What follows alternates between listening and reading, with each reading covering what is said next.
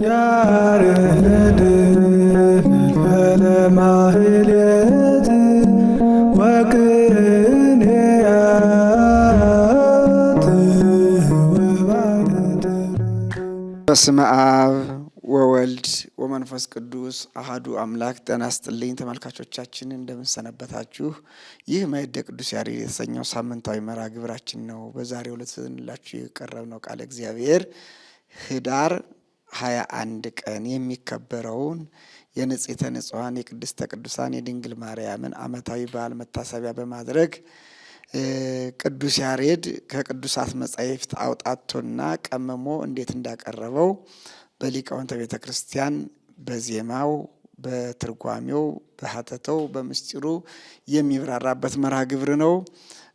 በዛሬው ዕለት እውቀታቸውን ሙያቸውን ለአድማጭ ተመልካቾቻችን ሊያካፍሉ እዚህ ስቱዲዮአችን ድረስ የተገኙ መጋቤ ብሉይ አእምሮ ዘውዴ የመካኒሳ ቅዱስ ሚካኤል ካቴድራል የስብከተ ወንጌል ኃላፊ እንዲሁም የዚህው የሚዲያችን የስራ ባልደረባ በአርትዖት ላይ የሚሳተፉ የሚያገለግሉ በትምህርት ዘርፍ ደግሞ የብሉይ የሐዲስ የመጻሕፍተ ሊቃውንት ትርጓሜ መምህር የቅኔ መምህር ናቸው። እሳቸው በትርጓሜውና በምስጢሩ አብረውን ይቆያሉ። እንዲሁም ደግሞ መምህር ትዕግስቱ ስሜነህ የደብረ ጽጌ ቅዱስ ዑራኤል ቤተ ክርስቲያን የድጓ መምህር ናቸው። እሳቸው በዜማውና በወረቡ አብረውን ይቆያሉ። እስከ መርሃ ግብራችን ፍጻሜ ድረስ አብራችሁን እንድትቆዩ በአክብሮት እንጋብዛለን። ያሬድ ለማህሌት ወቅኔያት ወባደት። እንግዶቼ ጥሪያችን አክብራችሁ እዚህ ስቱዲዮአችን ድረስ መጥታችሁ ስለተገኛችሁ በእኔና በስራ ባልደረቦች ስም ከልብ እያመሰገንኩ እንኳን ደህና መጣችሁ እላለሁኝ። እንግዲህ የዛሬው ቃለ እግዚአብሔር እንደሚታወቀው የህዳር ጽዮን እጅግ ሰፊ ቃለ እግዚአብሔር ነው። ከዋዜማ ጀምሮ እስከ ክብረ በዓሉ ፍጻሜ ድረስ ሊቃውንት እንኳ በማሕሌት ሰዓት ገድቧቸው የሚቋረጥ እንጂ የሚያልቅ ቃለ እግዚአብሔር አይደለም። እኛ ደግሞ ከሰዓታችን ጋራ የሚሄዱ ብለን ባምነው ብዙዎችን ስለዳሰስናቸው ካምና ተርፈው የቀሩትን ደግሞ በሰዓት ምክንያት ዘንድሮ እንዲሁ ለመዳሰስ እንሞክራለን እና በዚህም መሰረት መምህር ትዕግስቱ ከዚቆቹ ለመጀመር ለዝክረ ስምኪ ላይ ያለውን ዚቅ አንሶሶ የሚለውን ቃኝተው በዚያው ወረቡን ያሰሙናል። አንሶ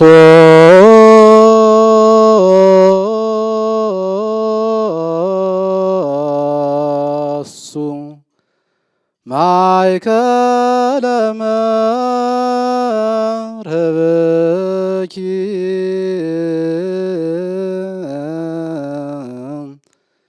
ይብየ ቅዱሳ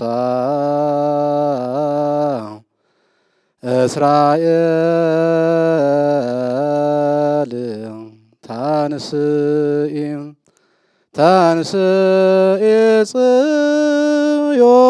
ጽዮን ንበሲ ኃይለኪ ጽዮን ስመኪ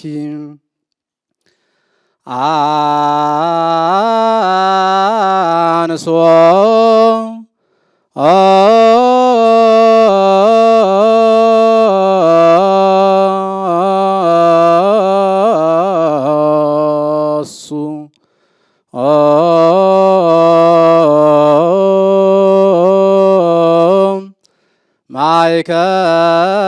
ማእከለ መርህብ ይብየ ቅዱሳ እስራኤል አንሶ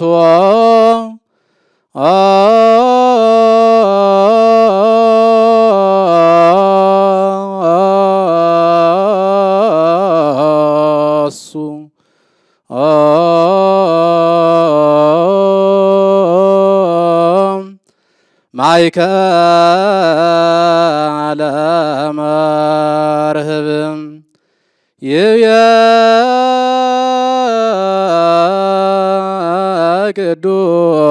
ቅዱስ እስራኤል ታንስ ይጽም ዮሐንም ለባሲ ኃይለኪ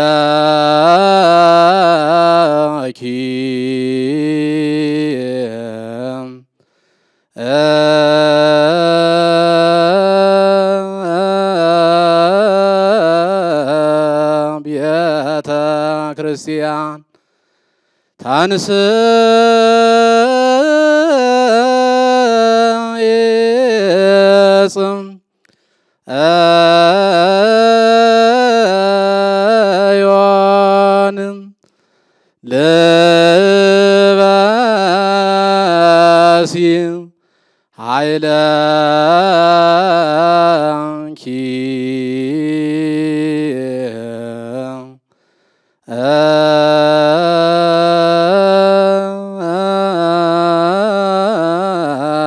ቤተ ክርስቲያን። እግዚአብሔር ይስጥልን መምህር ትዕግስቱ። ግሩም የሆነውን የቅዱስ ያሬድን ጣዕመ ዜማ ነው ያሰሙን። መጋቤ ብሉይ አእምሮ ደግሞ እሳቸው በዜማ ያሰሙን ትርጉሙና ምስጢሩን ለአድማጭ ተመልካቾቻችን ያሰሙን። እሺ እንግዲህ ያሬዳዊው ዜማ በያሬዳዊው ሊቅ በሚገባ ቀርቧል ማለት ነው። አንሶሱ ማእከለ መርህብኪ ይቤ ቅዱስ እስራኤል ተንሲ ተንሲ ጽዮን ልበሲ ኃይለኪ ጽዮንሃ ስመኪ። እንግዲህ ቃል ከብዙ ህብረ ቃላቶች የተገኘ ነው። መነሻ ቃሉ ትንቢተ ኢሳይያስ ምዕራፍ 52 ቁጥር 1 ላይ ተንሲ ጽዮን ወለበሲ ኃይለኪ ወሙ ኢዮሙ ለጸላእትኪ ከሚለው የተገኘ ቃል ነው። ቅዱስ እስራኤል የእስራኤል ቅዱስ እግዚአብሔር በአደባባይሽ እመላለሳለሁ፣ ጽዮን ሆይ ተነሺ ተነሺ፣ ኃይልሽን ልበሺ፣ ጽዮንሃ ስመኪ አምባ መጠጊያ የሆነው ስምሽንም ልበሺ ብሎ ነቢየ እግዚአብሔር ቅዱስ ኢሳይያስ የተናገረውን ቅዱስ ያሬድ አምጥቶ ዘምሮታል። በተለይ የዛሬው የቅዱስ ያሬድ ቀለም አብዛኛዎቹ ከመጽሐፍ ቅዱስ ከብሉይ ኪዳን ምንጭ የተጠቀሱ ናቸው፣ ተመሳሳይ ናቸው።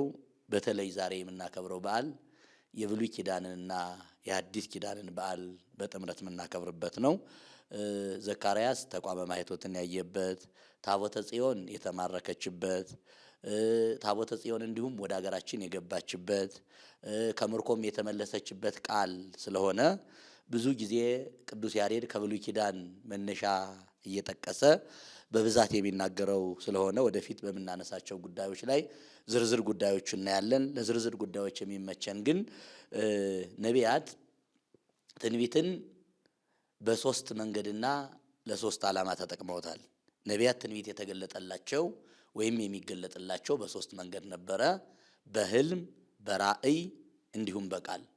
ኦሪት ዘኍልቍ ምዕራፍ 12 ቁጥር 1 ላይ እንደምናገኘው ሌላ ነቢይ ቢኖር በራእይ እገለጥለታለሁ፣ በህልም እታየዋለሁ፣ ባሪያዬ ሙሴን ግን አፍ ላፍ ቃል በቃል አነጋግረዋለሁ እንዳለ እግዚአብሔር በነቢያት በኩል የሚያስተላልፈው የትንቢት መልክ ወይም የትምህርት መልክ በብሉይ ኪዳን ዘመን የነበረው በህልም በራእይና ቃል በቃል ነበር። በዚህ ይገለጥላቸዋል። በዚህ የተገለጠላቸውን ነቢያት ለሶስት ዓላማ ያውሉታል። ማለት ነቢያት ያልኖሩበትን ዘመን ያውቃሉ፣ ያሉበትን ዘመን ያውቃሉ፣ ወደፊት የማይኖሩበትንም ዘመን ያውቃሉ። ይህ ማለት ትናንትናን ያውቃሉ፣ ዛሬን ያውቃሉ፣ ነገን ደግሞ ወደፊት የሚሆነውን ያውቃሉ ማለት ነው። ይህ ማለት ትናንት ብለን የምንጠራው ብሉይ ኪዳን ነው። ዛሬ በእነሱ ዘመን የኖሩበት እነሱ የኖሩበት ዘመን ነው። እኛ ግን ዛሬ ስንል ሐዲስ ኪዳን ነው። ነገ ስንል ደግሞ በመንግስተ ሰማያት ያለውን አዝማነ መንግስተ ሰማያትን ነው። የቅዱስ ያሬድና የነቢያት ቃልም በዚህ ይገናኛል። ቅዱስ ያሬድ የዜማውን ድርሰት ብሉይ ኪዳንን መነሻ፣ ሐዲስ ኪዳንን ቤተክርስቲያንን ማዕከል፣ መንግስተ ሰማያትን ፍጻሜ እያደረገ ነው የሚናገር። አሁን ቅድም ተንሥኢ ጽዮን ወለበሲ ኃይለኪ ብሎ በብሉይ ኪዳን የነበረውን ታቦተ ጽዮንን መነሻ ያደረገ እመቤታችንን ማዕከል አድርጎ ቤተ ክርስቲያን ወይም መንግስተ ሰማያትን መጨረሻ አድርጎ ስለሚናገር በተለይ የዛሬዎቹ በዓላት ቅዱስ ያሬድም ነቢዩ ኢሳይያስም ሌሎቹም ነቢያት እንደሚሉት ብሉይ ኪዳንን መነሻ ያደርጋሉ፣ ሐዲስ ኪዳንን ማዕከል ያደርጋሉ፣ ቤተ ክርስቲያንና መንግስተ ሰማያትን ደግሞ ፍጻሜ አድርገው የሚናገሩ ስለሆነ የዛሬው አንሶሱ ማዕከለ መርብኪ ቅዱስ እስራኤል እግዚአብሔር አምላካችን ይህ ቤተ እስራኤልን ነው እንዲሚላት። በሐዲስ ኪዳን ደግሞ ለእስራኤል ዘሥጋ የተነገረው በሐዲስ ኪዳን ለእስራኤል ዘነፍስ በብሉይ ኪዳን ደግሞ የተናገረ እግዚአብሔር በሐዲስ ኪዳን በአደባባይሽ መካከል እመላለሳለሁ ብሏል ቅዱስ እግዚአብሔር ያልነውን በሐዲስ ኪዳን ደግሞ አምላካችን እግዚአብሔር በአካል በኩነት ተገልጦ ለቤተ ክርስቲያንን በደሙ መስርቶ ዘወትር በቤተ ክርስቲያን ስጋው እየተበላ ደሙ እየተጠጣ ሕጉ ስርዓቱ የሚኖርባት ስለሆነ በብሉይ ኪዳን በረዴት ነው፣ በሐዲስ ኪዳን ደግሞ በኩነት ሰው ሆኖ መስርቶ የሚኖርባት ስለሆነ ኢየሩሳሌምን ቤተ ክርስቲያንን መንግስተ ሰማያትን ጽዮን የሚለው እንዲሁም ደግሞ እናታችን ንጽሕተ ንጹሐን ቅድስት ድንግል ማርያምን የሚያመለክት ቃል ነው። በተለይ ኢሳይያስ ቃል በቃል እንደሚለው ጽዮን ሆይ ተነሺ ተነሺ ኃይልሽን ልበሺ፣ ቅድስቲቱ ከተማ ኢየሩሳሌም ሆይ ያልተገረዘና ርኩስ ከእንግዲህ ወዲህ ባንቺ አይገባምና ጌጠኛ ልብስሽን ልበሺ ብሎ መጀመሪያ ቅድም እንዳልኩት ለቤተ እስራኤል ቀጥሎ ለቤተ ክርስቲያን ለእመቤታችን ለመንግስተ ሰማያት ጌጠኛ ልብስ ማለት ልጅነት ነው። በተለይ በአዲስ ኪዳን ያለን ክርስቲያኖች ክርስቶስን ለብሰን የክርስቶስ ልጆች ሆነን መኖራችን ይህንን ታሳቢነት በማድረግ የነቢያቱ ቃል ከቅዱስ ያሬድ ቃል ጋራ የነቢያቱ ቃል ከሐዲስ ኪዳን ከቅዱስ ያሬድ ድርሰት ከሐዲስ ኪዳን ድርሰት ጋራ ተዋሂዶ በዚህ መልኩ እየተዘመረ ይቀርባል ማለት ነው። አንሶሱ ማዕከለ መርብኪ ያለው እንዳሉት እርሶም እንደው ተጨማሪ ጌታችን እግዚአብሔር ለአዳምም ቃል ኪዳን ከገባለት መካከል በሐሙስ ዕለት ወመንፈቀ ዕለት ካለ በኋላ ምንድነው ወእድኅ ውስተ መርህብከ። ስለዚህ በሰው ሰውኛ ተገልጬ እንደ ሕፃናት በሜዳ ተንቧሽቼ ስላለ ዘመነ ስጋዌን የሚገልጽ ነው ማዕከለ መርብኪ ወደ አዲስ ኪዳን ስናመጣው ማለት ነው። አስተራይ ዋንሶ ሰው ገሃደ ከመሰብ እንደ ሰው እየተመላለሰ በተለይ በኪደተ እግሩ ምድርን በመቀደስ በብዙ መንገድ የረከሰችዋን ምድር በኪደተ እግሩ ነው የቀደሳት። ሀገራችን ኢትዮጵያንም ጨምሮ አንሶሱ ማዕከለ መርብኪ በተለይ በኢየሩሳሌም፣ በገሊላ፣ በግብጽ እንዲሁም በኢትዮጵያ ይህንን የሚያስተረጉማል። ግሩም ምስጢር ነው። ያሬድ ለማህሌት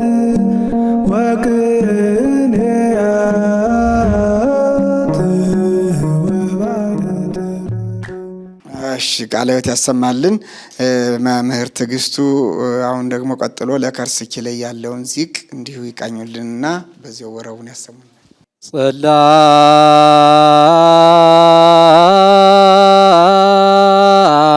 ዘሙሴ ጸባጦ ዘሲና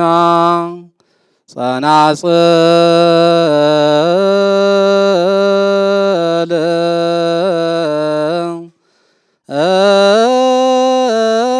ዘውስተ ልብሱ ለአሮን ካህን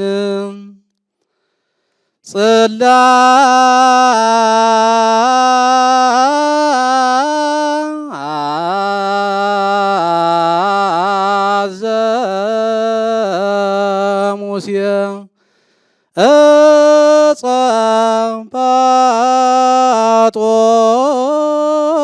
ጸባጦስ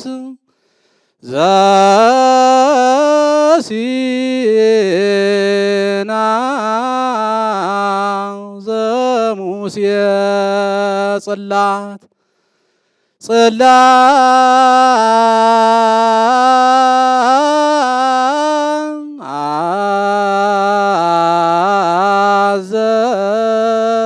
ዘሙሴ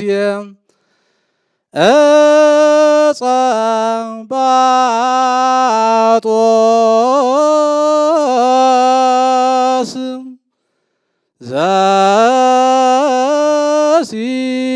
ዘሲና ሙሴ ጽላ ጸና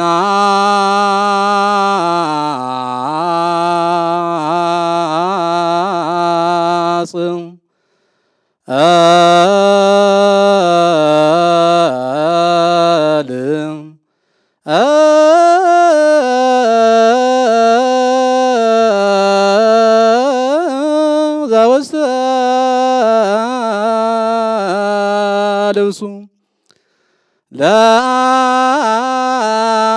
ለአሮን ካህን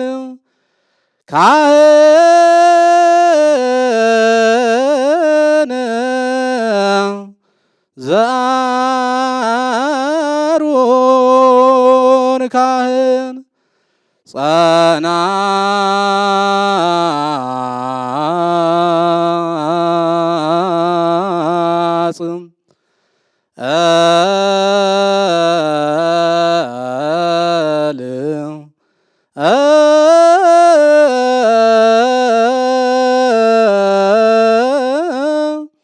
ዛበስተ ልብሱ ለአሮን ካህን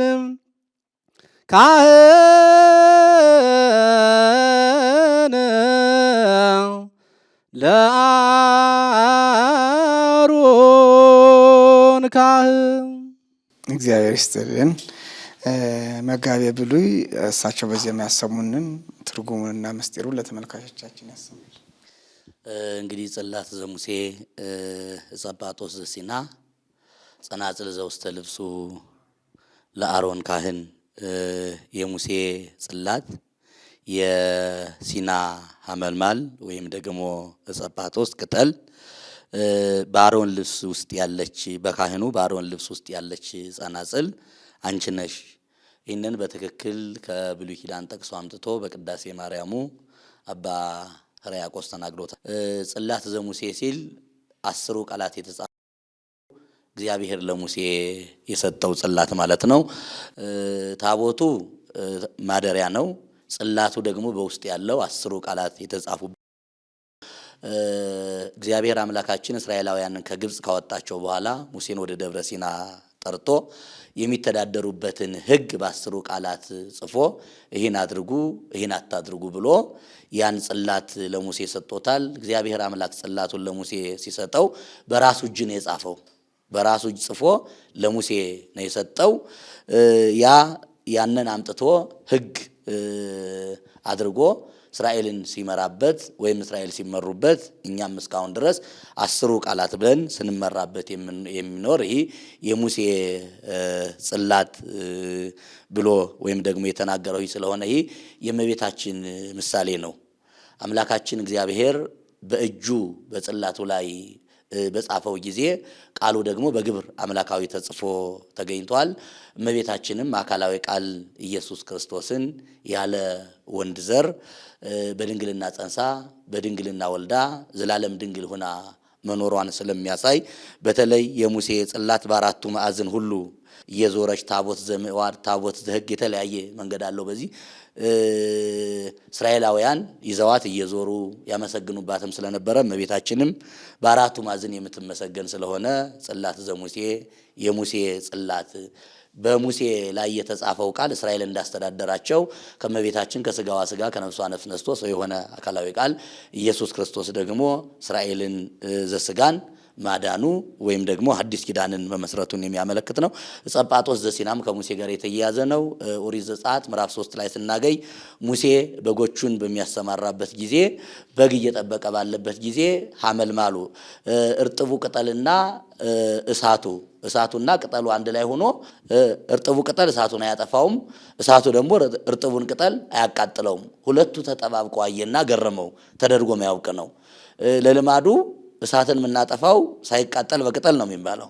ቅጠል ያጠፋዋል። እሳቱ ከበረታ ደግሞ ቅጠሉን ያጠፋዋል። እነዚህ ግን ሁለቱ ተጠባብቀው ሐመልማሉ ከነበልባሉ እሳቱ ከቅጠሉ ጋር ቅጠሉ ከእሳቱ ጋር ተዋህደዋል፣ አንድ ሆነዋል፣ ተጠጋግተዋል፣ አብረው ነው ያሉ። ግን እሳቱም ቅጠሉን አያጠፋም፣ ቅጠሉም ደግሞ እሳቱን አያጠፋም።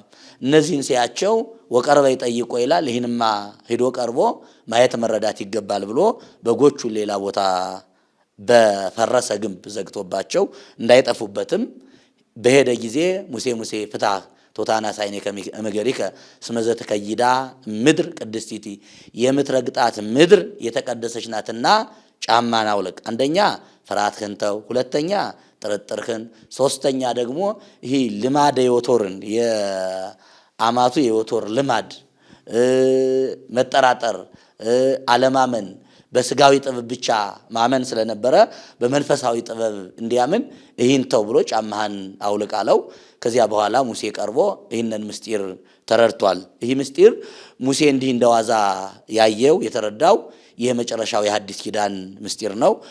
መጀመሪያ በእስራኤል ሲሆን ሐመልማል እስራኤል ናቸው። ነበልባል መከራቸው ነው። ሐመልማሉ ነበልባሉ ሐመልማሉ እንዳላጠፋው እስራኤልንም መከራው ጨርሶ አላጠፋቸውም። እስራኤልም ከመከራው ጨርሰው አልተላቀቁም። በመከራ ውስጥ ሆነው ግን ማለፋቸውን የሚያሳይ ነው። ወደ ሐዲስ ኪዳን ስናመጣው ግን ሐመልማል እመቤታችን ናት። ቅድምም ጸጳጦስ ዘሲና እንዳላት እመቤታችን ናት። ነበልባል ደግሞ መለኮት ነው። አምላካዊ ቃል ኢየሱስ ክርስቶስ ከመቤታችን ከስጋዋ ስጋ ከነፍሷ ነፍስ ነስቶ ሰው ሲሆን አካሉ እሳት ነው፣ ክዳኑ እሳት ነው፣ ልብሱ እሳት ነው፣ ሁለንተናው እሳት ነው። እሳቱን ታቀፈችው፣ እሳቱን ጨበጠችው፣ አዘለችው፣ አላቃጠላትም። ስለዚህ ይህንን የሚያሳይ ስለሆነ በተለይ እመቤታችን አንቲዩቱ ጸጳጦስ እንተያዋያ እሳተ መለኮት ጸጳጦስ እንተያዋያ እሳተ መለኮት እሳተ መለኮት ያላቃጠላት ጸጳጦስ እመቤታችን ስለምንላት ሐመልማል የተባለች እመቤታችን ስለሆነች ይህን ያሳያል። በተለይ ባሉም የእመቤታችን ስለሆነ ይህንን የሚያሳይ ነው። በአሮን ልብስ ውስጥ ያለች በካህኑ በአሮን ልብስ ውስጥ ያለች ጸናጽል ማለት ደግሞ እስራኤላውያን ብዙ ጊዜ ኃጢአት ይሰራሉ። ኃጢአት ሲሰሩ መከራ ይመጣባቸዋል። መከራ ሲመጣባቸው እግዚአብሔርን ይቅርታ ይጠይቃሉ። እግዚአብሔር ደግሞ ቸራ አምላክ ስለሆነ ይቅርታ ያደርግላቸዋል። እስራኤላውያን ከዕለታት በአንድ ቀን ኃጢአት ሰርተው በአባር በቸነፈር በደዌ ሥጋ ተመቱና ታመሙ። ሙሴን ሂደው ሙሴ ከኛ በደል ከእግዚአብሔር ምሕረት ቸርነት አይጠፋምና ደዌ ሥጋ እያሸነፈን ነው፣ አባር ቸነፈር ድርቅ ሕመም ተነስቶብናልና እባክህ እግዚአብሔር ምሕረት እንዲያደርግልን ወደ እግዚአብሔር ጸልይልን ሲሉት ድምጽ ያላት ልብስ ሻኩራ ወይም ደግሞ ድምጽ የምታሰማ ልብስ ለብሰህ እየገባህ እየወጣህ እጠንላቸው እንደ ደወል ማለት ነው። ዛሬ አሮን ድምጽ ያላት ልብስ ለብሶ ሲገባ አሁን ለጸሎት ገባ፣ ሲወጣ ደግሞ አሁን አቆመ እያሉ ዛሬኛ ቅዳሴ ስንጀምር ደወል እግዚኦታ ላይ ደወል ሲሰማ አሁን ቅዳሴ ገቡ፣ አሁን ቅዳሴ ወጡ፣ አሁን ቅዳሴ እዚህ ላይ ደረሱ ብሎ ምልክት እንደሆነ በዚያ ይጸልይላቸው ነበረ። አሮንም የወንድሙ የሙሴን ቃል ሰምቶ ሙሴ ባዘዘው መሰረት ወነሳ የፉደቅን የሁለ ጸሎት ይላል። የአገልግሎት ልብስ አለው። የአገልግሎት ልብሱ ናት። ያችን ለበሰና ጽና የወርቅ ጽና ይዞ በዚያ ላይ ዕጣን ጨምሮ እየወጣ እየገባ ሲያጥንላቸው መጀመሪያ በሽተኞቹን በአንድ በኩል በበሽታው ያልተጠቁትን በአንድ በኩል አድርጎ ለይቶ ማጠን ሲጀምር በሽታው ቆሟል። ሀይሳ መዓተ ወከተረ መቅሰፍተ ወፈለጠ ፍኖተ ማይከለ ህያዋን ወህሙማን ደዌው ወደ በሽተኞች እንዳይተላለፍ ሁለቱን ለየና ይሄን ባጠነላቸው ጊዜ በሽተኞቹ ነፃ ወጣዋል ማለት ነው። በአሮን ልብስ ውስጥ ድምጽ የምታሰማ ያለች ወይም ጸናጽል ያልናትም እመቤታችን ናት። አሮን በዚያች ልብስ ውስጥ ድምጽ እያሰማ ሰዎቹን እየሰበሰበ ይፈውሳቸው እንደነበረ አምላካዊ ቃል ኢየሱስ ክርስቶስም ከእመቤታችን ከስጋዋ ስጋ ከነፍሷ ነፍስ ነፍቶ ቃል ስጋ ኮነ እያለ ሲያስተምር መሰማቱ ወይም ደግሞ ፈነወ ቃሎ ወሐየሆሙ እግዚአብሔር አብ ቃሉ ኢየሱስ ክርስቶስን ልኮ 5500 ዘመን በደዌ ሥጋ በደዌ ነፍስ ተይዘን የነበር እኛን ማዳኑን የሚያጠይቅ ስለሆነ ሶስቱም የእመቤታችን ነው። ከዚህ የተነሳ ብኪ ድኅነ ዓለም ወወልድኪ ኮነ ሰላም፣ በእመቤታችን ምክንያተ ድኅነትነት ዓለም ሰላም ሆኗል። ደዌ ሥጋ ደዌ ነፍስ መርገመ ሥጋ መርገመ ነፍስ ስለጠፋባት የአሮን ጸናጽል ወይም በካህኑ በአሮን ልብስ ውስጥ ያለች ጸናጽል አንቺ ነሽ ብሎ አባ ሕርያቆስም ሌሎች ነቢያትም ተናግረዋል ማለት ነው። ቃልት ያሰማልን። ተመልካቾቻችን እየተወያየን ያለነው ማዕደ ቅዱስ ያሬድ የተሰኘውን ሳምንታዊ መርሃ ግብር ነው። የዛሬው ደግሞ የመወያያችን ቃለ እግዚአብሔር ኅዳር 21 የሚከበረውን የታቦተ ጽዮን ዓመታዊ በዓል ምክንያት በማድረግ ነው። የብሉይ ኪዳኗ ጽዮን ማናት፣ የሐዲስ ኪዳኗ ጽዮን ማን ትባላለች የሚለውን ሁሉ በዚያው ተያይዞ የሚብራራ ነው። እንግዲህ ይህ መርሃ ግብር ግዕዝና ዜማ ብቻ ሳይሆን ምስጢርና ትርጉምም ዜማ ከትርጓሜ ጋር የሚብራራበት መርሃ ግብር ነው። እስከ መርሃ ግብራችን ፍጻሜ ድረስ አብራችሁን ትቆዩ ዘንድ በአክብሮት እንጋብዛለን። ካፍታ በኋላ እንመለሳለን።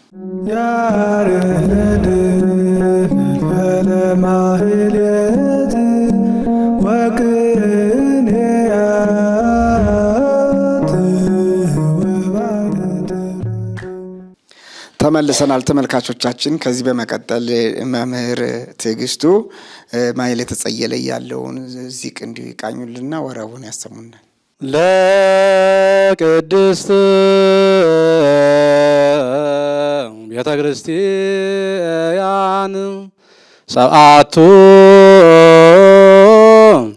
ማኅተዊሃ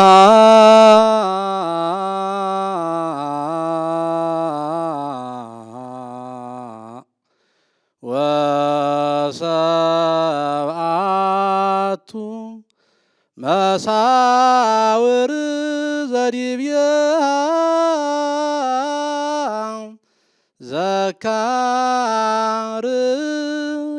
ዘካርያስርያ ተቋመ ማኅቶት ዘኩለንታሃ ወርቅ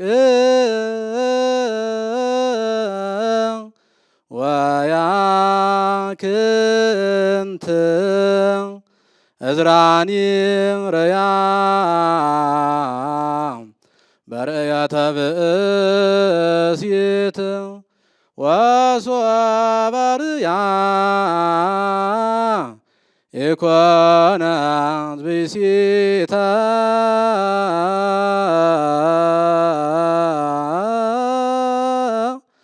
አላም ሀገር ቅድስት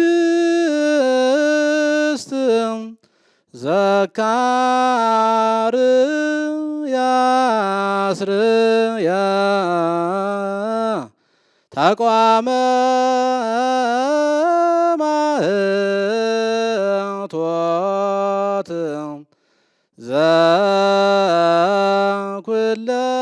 ዘኩለንታሃ ወርቅ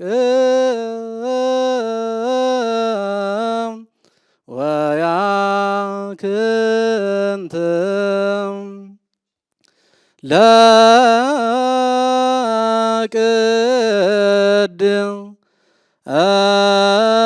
ለቅድስት ቤተ ክርስቲያን ቤተ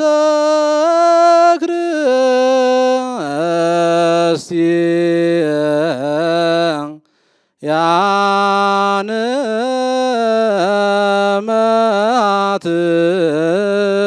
ማኅተዊሃ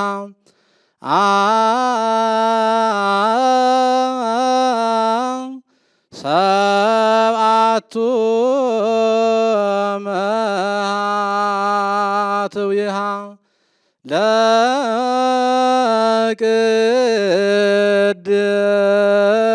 ለቅድስት ቤተ ክርስቲያን ቤተ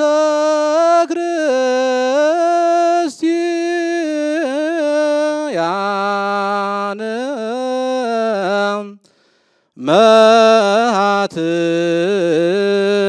ማኅተዊሃ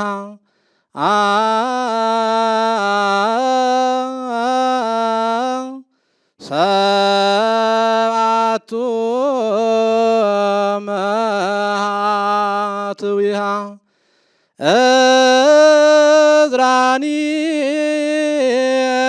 ርያ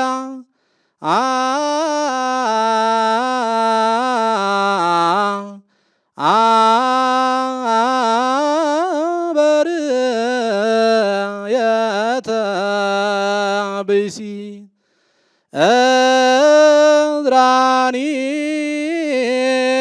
ረያ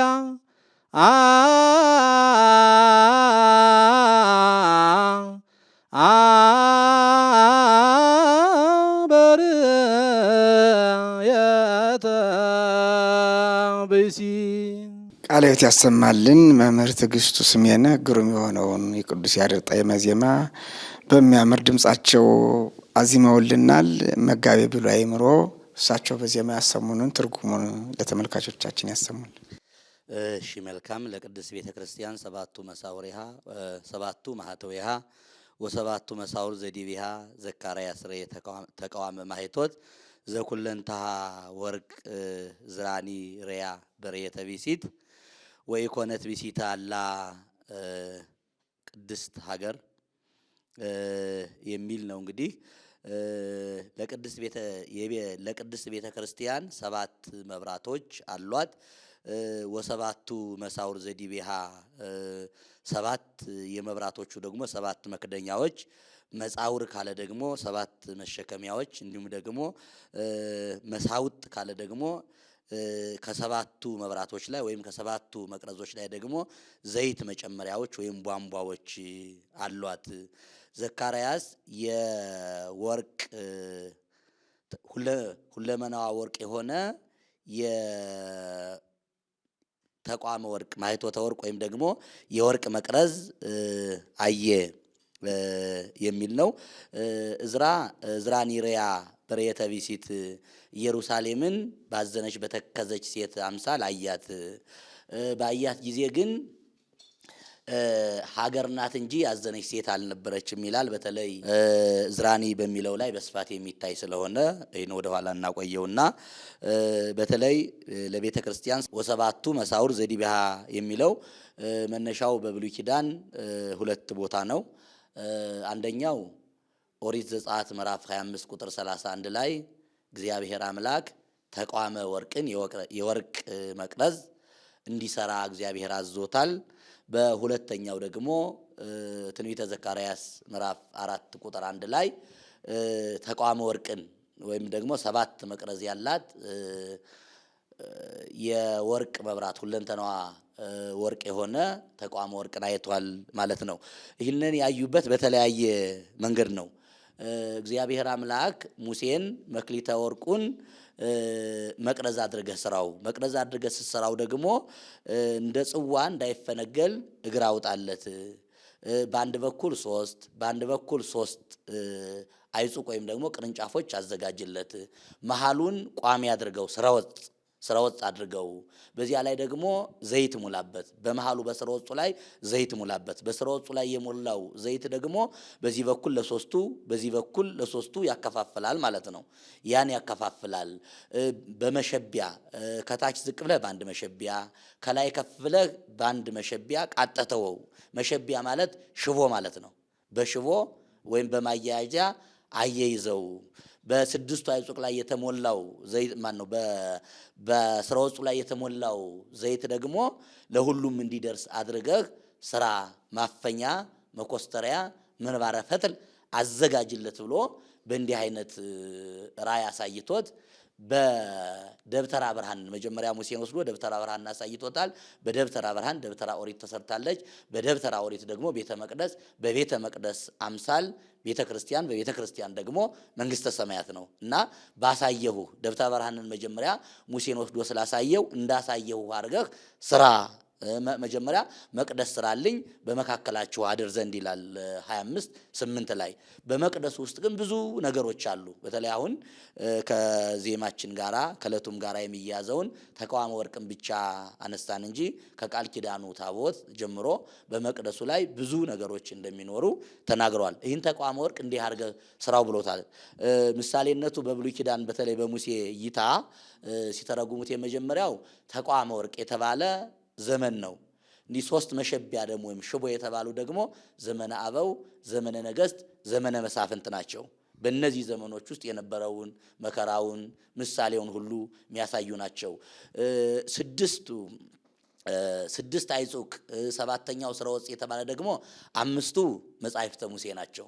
የሙሴ የሕግ መጻሕፍት ነው። ስድስተኛው ደግሞ መጻሕፍተ ነቢያት ነው። ስረ ወጽ የተባለ ደግሞ ወንጌል ነው። በተለይ ሐዲስ ኪዳንንና ብሉይ ኪዳንን አንድ ላይ ያገናኛል። ቅድም እንዳልነው ባሉም ሐዲስ ኪዳንንና ብሉይ ኪዳንን በምሳሌነት ሐዲስ ኪዳንን በአማናዊነት መንግስተ ሰማያትን ወደፊት የምናገኛትን በተስፋ የሚያሳይ ስለሆነ በስረ ወጹ የተቀዳው ዘይት ለሁሉም እንደሚደርስ ሁሉ ወንጌል ደግሞ በተለይ ለሁሉም በብሉይ ኪዳንም ሐዲስ ኪዳንም አንድ ላይ ተዋህዶ ተተርጉሞ የሚገኝበት ስለሆነ እነዚህ ምሳሌዎች ናቸው። በስረ ወጹ ላይ የተቀዳው ዘይት ደግሞ የመንፈስ ቅዱስ ነው። ብርሃኑ ደግሞ የመምህራን ነው። ብርሃኑ ደግሞ ሁሉን ነገር ገልጦ እንዲያሳይ ሥላሴም ለመምህራን ምስጢርን ይገልጣሉ። መምህራን ደግሞ ያልተመሰለውን መስለው ያልተተረጎመውን ተርጉመው ያልተብራራውን አብራርተው የሚገልጡ ስለሆነ በዚህ በመምህራን መስለው ይናገሩታል ማለት ነው። በዕለታትም ይመሰላል። በተለይ ተቋመ ወርቅ የፍጥረት ዓለም ይሆንና ስድስቱ ደግሞ የስድስቱ ዕለታት ይሆናሉ። ዘይቱ ደግሞ ይሄ መሀል ላይ ያለው ስረ ወጹ ወይም ቋሚው ደግሞ በዕለተ ረቡዕ የሚመሰል ነው። ተቋመ ወርቁ በዘመን ይመሰልና ስድስቱ ዕለታት የተባሉ ከእሁድ ጀምረን እስከ ረቡዕ፣ ከሐሙስ ጀምረን ደግሞ እስከ እሁድ ያለው ሶስት ነው፣ ስድስት ነው። በስረ ወጹ የዕለተ ረቡዕ ምሳሌ ነው ማለት ቋሚ የሆነው መሀል ላይ ያለው ዘይቱ የሚቀዳበት የዕለተ ረቡዕ ምሳሌ ነው።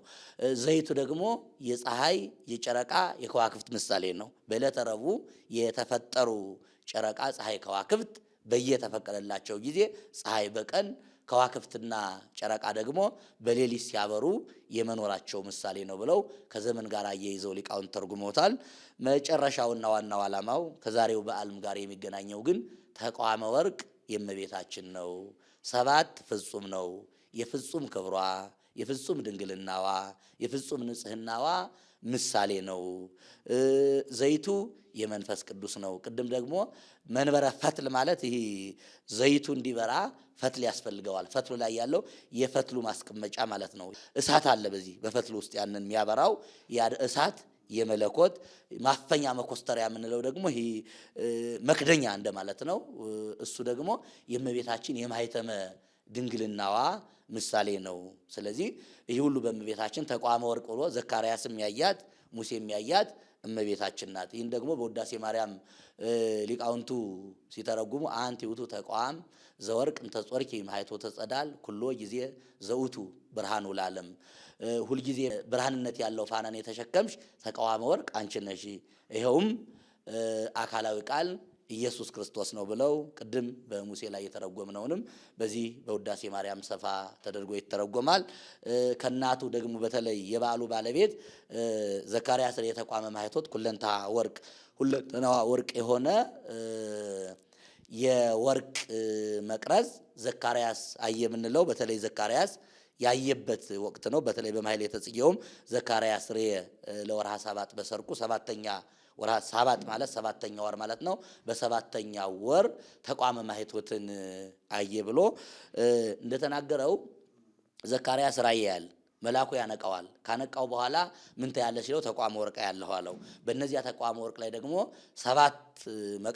ሰባት ቧንቧዎች ወይም ደግሞ ሰባት መብራቱን የሚሸከሙ አሉ። በእነዚያ መካከል ደግሞ በጫፍና በጫፋቸው ላይ ሁለት በግራና በቀኝ በኩል ወይራ ዛፎች አሉ።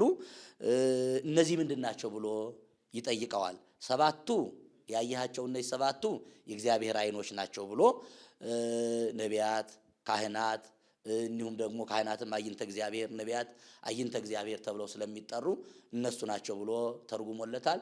ሁለቱ የወይራ ዘይቶች ደግሞ በግራና በቀኝ ያሉ ደግሞ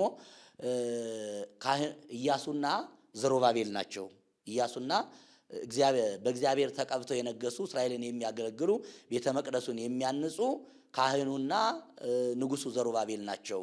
ወይም ደግሞ በሌላ አነጋገር የክህነትና የመንግስት ምሳሌ ናቸው። ክህነትና መንግስት አንድ መሆኑን የሚያሳዩ ህብረት መሆኑን የሚያሳዩ ናቸው ብሎ በተለይ የወይራ እንጨቶች ብሎ ነው የጠራቸው። በራዕየ ዮሐንስ ምዕራፍ 11 ቁጥር 4 ላይ ያለው ሁለቱ የወይራ ዘይቶች ሁለቱ መብራቶች ብሎ ሄኖክና ኤልያስን በእንዲሁም ደግሞ ረዘም ሲል ብዙ ትርጉም አለው። ስለዚህ የወይራ እንጨቶች የተባሉ እነዚህ ናቸው።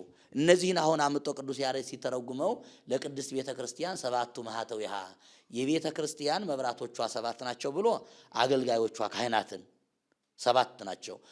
የቤተክርስቲያን መብራቶቿ ሰባት ናቸው ማለት ምስጢራቶቿ ሰባቱ ምስጢራተ ቤተክርስቲያን በቤተክርስቲያን ሲተረጎም ቤተክርስቲያን አንደኛ ፍጹም ሰባት ፍጹም ተብሎ ይተረጎማል። ፍጹም ጸጋ፣ ፍጹም ክብር፣ ፍጹም ትምህርት፣ ፍጹም ያሬዳዊ ዜማ፣ ፍጹም የትርጓሜ ስልት ያላት ምንም የማይጎልባት ስንዱ እመቤት መሆኗን አምጥቶ ይተረጉማል። እናውም ቅዱስ ያሬድ ተርጉሞ ነው የጀመረ።